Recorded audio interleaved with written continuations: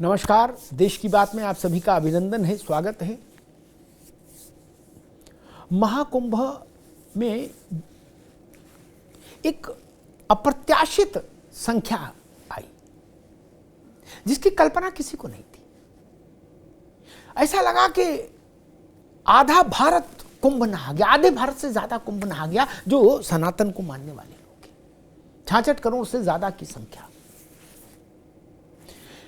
हिंदू एकत्रीकरण का यह इतिहास का सबसे बड़ा अवसर था।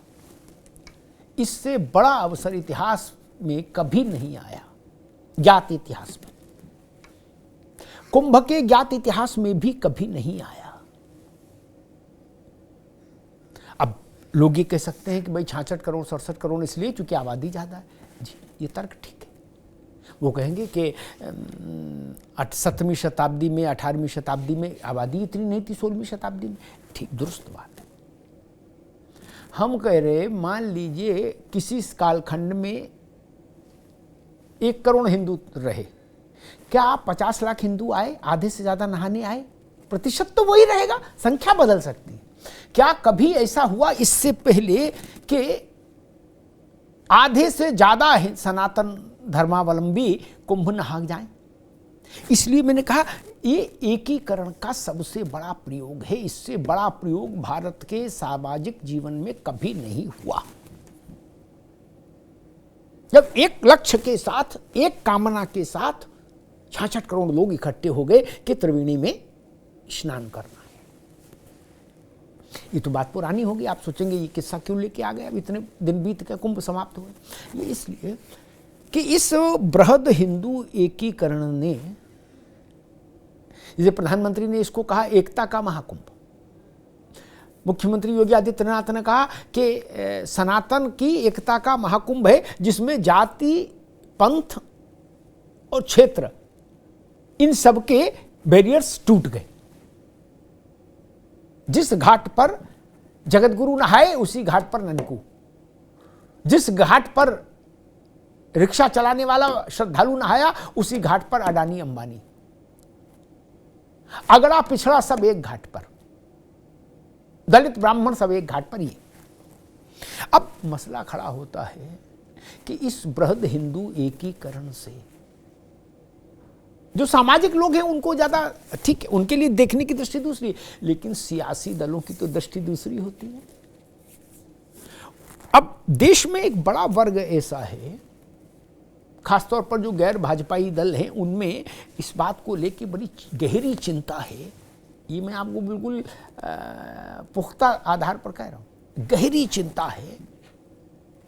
उनके माथे पर इस बात की चिंता की लकीरें उभर रही हैं कि वो ये नहीं समझ पा रहे कि आखिर इस 66 करोड़ लोगों का अपने अपने घरों से चलकर प्रयाग आना और प्रयाग से फिर घर जाना, इस पूरी प्रक्रिया में जो चिंतन हुआ है, जो अनुचिंतन हुआ है, जो मंथन हुआ है वैचारिक, वो ईवीएम पर क्या असर दिखाएगा, सियासत पर क्या असर दिखाएगा, इसकी चिंता में बड़े बड़े दुबले होते जा रहे हैं।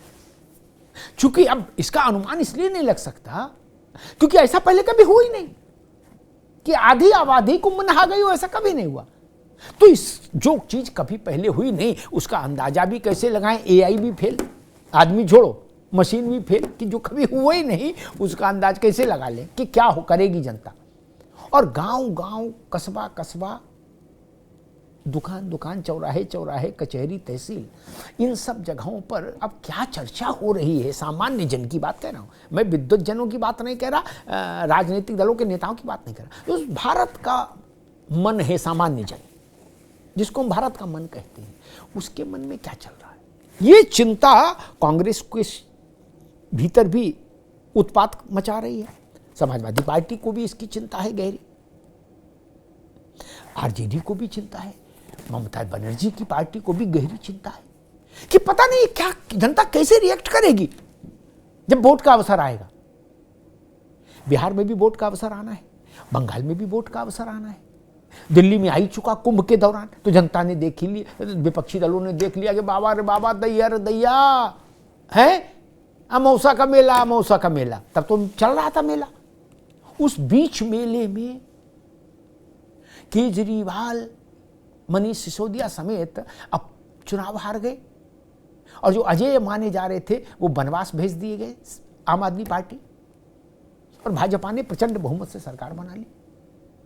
तो जब कुंभ चल रहा था तब तो उसका इतना पॉलिटिकल ताप दिखा, और कुंभ जब समाप्त 66 करोड़ आदमी घर चला गया तो अपने दालान में बैठकर, अपने चौतरे पर बैठकर कुछ तो चर्चा कर रहा होगा, चुप तो रहेगा नहीं। जहां जाएगा पूछेगा कहो भैया क्या रहा, तो कुछ चर्चा शुरू हो जाएगी। उस चर्चा से क्या निकलेगा इसकी चिंता। अब इस चर्चा को कोई नियंत्रित नहीं कर सकता, न भाजपा न कांग्रेस, कोई नहीं कर सकता। ये भारत के सामान्य जन की चर्चा है, इस पर कोई अंकुश नहीं हो सकता, और किसी भी तकनीक से इसको प्रभावित भी नहीं किया जा सकता, क्योंकि भारत का मन था ना, इसीलिए 66 करोड़ लोग प्रयाग आए। न कोई पालकी में लाया और ना किसी के रोके रुके, ना किसी के बुलाने से आए और ना किसी के रोके से रुके। तो अब समस्या ये आ रही है कि इसकी काट क्या ढूंढे, हिंदू एकीकरण की इस बड़े उसकी काट क्या ढूंढे, जो हिमालय जैसा विशाल विराट हिंदू एकीकरण हो गया है समाज में कुंभ के चलते, कुंभ के द्वारा, उसकी काट क्या ढूंढे। तो उसमें राजनीति की प्रयोगशाला में विपक्षी दल उसमें कांच की उसमें तमाम किस्म के सामाजिक राजनीतिक वो केमिकल डाल के हिला के देख रहे हैं कुछ रंग आ रहा है क्या, जैसे लेबोरेटरी में होता है। अभी उनको समझ नहीं आ रहा कि क्या करें, इसकी काट क्या हो सकती है। एक स्वाभाविक बात है कि जात का मामला,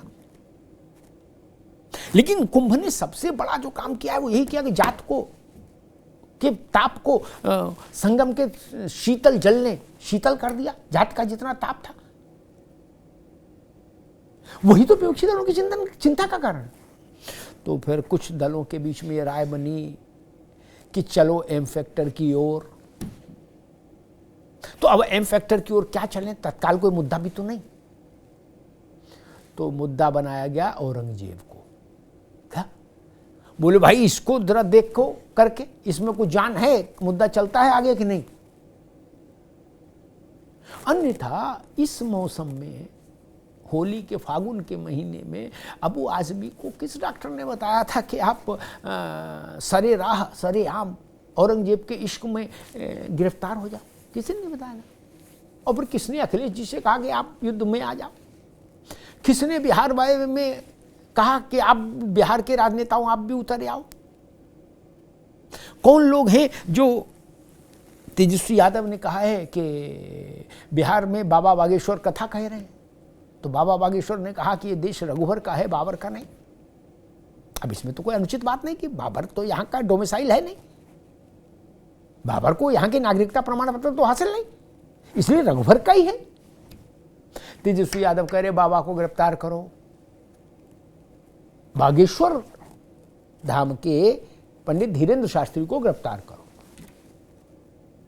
ये अतिरेक क्यों?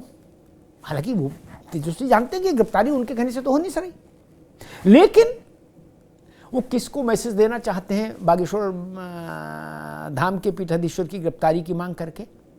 गिरफ्तारी होनी नहीं, वो जानते हैं, लेकिन किसको बताना चाहते हैं कि हम तुम्हारे साथ हैं?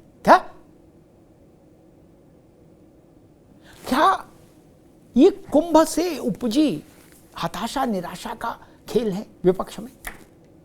क्योंकि वो इस बात की काट नहीं ढूंढ पा रहे कि 66 करोड़ हिंदू जो आए, इनकी एकता अगर हो गई और वो एकता चल निकली तो क्या अगला क्या पिछड़ा सब मामला ही खत्म हो जाएगा। क्या पूरब, क्या पश्चिम, क्या उत्तर, क्या दक्षिण, सब खत्म हो जाएगा। फिर कौन काछी, कौन कोरी, कौन कुर्मी, कौन बामन, कौन ठाकुर, कौन कायस्थ, नहीं। बोले भैया सब एक साथ त्रिवेणी में नहाए थे। अगर ये भाव चल गया, वो एक था ना कि तेरा जादू चल गया, तो वही कुंभ का जादू चल गया, तो बहुत सारे दलों की दुकानें बंद हो जाएंगी। ये जो जातिगत जनगणना की मांग हो रही थी, उत्तर प्रदेश की विधान परिषद में समाजवादी पार्टी ने जातिगत जनगणना की मांग फिर उठाई का जातिगत जनगणना हो। जनगणना तो राज्य सरकार ने कहा कि भाई जनगणना तो केंद्र का विषय होता है। तो बोले अच्छा चलो फिर गिनती करा लो, जैसी सिद्धरामैया ने कराई या जैसी नीतीश जी ने पूर्व में कराई थी, बिहार में हुई थी। भाजपा की सरकार का उत्तर था कि समाज को जातियों में बांटना ठीक नहीं और जनसंख्या का विषय केंद्र का है। समाजवादी पार्टी ने ये टेस्ट करने की कोशिश की कि देखें जातिगत जनगणना की मांग दोबारा से ऊंची आवाज में करके देखें कि समाज टूट रहा है कि नहीं, हिला डुला के देखें। अगर टूट रहा है तो सोने में सुहागा, बल्ले बल्ले हो जाएगी, बल्ले बल्ले हो गई है, बल्ले बल्ले। और नहीं टूटा तो घनघोर चिंता, क्योंकि सब कुछ इस बात पर टिका है विपक्षी दलों का कि भारत का सनातन धर्मावलंबी, भारत का बृहत हिंदू समाज जाति में बंटकर वोट करेगा या नहीं। समाजवादी पार्टी के और आरजेडी के मित्र कहते हैं कि दलित और पिछड़ा हिंदू बन के वोट नहीं करता, और वो ये नहीं कहते कि यही हमारी ताकत है, लेकिन मतलब हिडन बात यही है कि वो कहते हैं कि हमारी ताकत यही है कि दलित और पिछड़ा जब वोट देने जाएगा तो हिंदू आइडेंटिटी से खुद को नहीं जोड़ेगा। अच्छा, और अगर कुंभ ने ये बदलाव ला दिया हो गांव में कि पिछड़ा और दलित भी अपने को पहले हिंदू माने, फिर पिछड़ा, फिर दलित, फिर अगड़ा, तो बड़ी समस्या हो जाएगी सपा के लिए भी, आरजेडी के लिए भी, कांग्रेस के लिए भी, टीएमसी के लिए भी, एनसीपी के लिए भी। सारा बाजार ही इसलिए सजा है उनका कि पिछड़े और दलित हिंदू ये पहचान के विशाल तंबू के तले खुद को वोट देते समय खड़ा नहीं करते, ऐसी उनकी मान्यता है विपक्षी दलों की। और अगर ये मान्यता टूट गई, ये मान्यता गलत निकली, तो मान लीजिए भारत के राजनीतिक जीवन में अब तक की सबसे बड़ी घटना घटित हो जाएगी देश में। ये लिख के रख लीजिएगा। अगर 66 करोड़ 67 करोड़ लोगों ने एक भाव से सोचना शुरू कर दिया कि हम सनातन हैं के हिस्से हैं, हम हिंदू हैं, हमारी पहचान एक है, तो जो डिवीजन वाला एजेंडा है ना, विभाजनकारी एजेंडा, वो ध्वस्त हो जाएगा। सबसे बड़ी चिंता इसीलिए है, इसीलिए औरंगजेब को संदूक से झाड़ पोंछ के फिर निकाला गया है और खड़ा करने की कोशिश की जा रही है, लेकिन खड़ा हो नहीं पा रहे। धन्यवाद। थोड़े में ज्यादा स्वाद, यही तो है इसकी खास बात। वाओ मामा, क्या स्वाद है। अरे मेरे राजा, सबका राजा आर प्योर मसाला।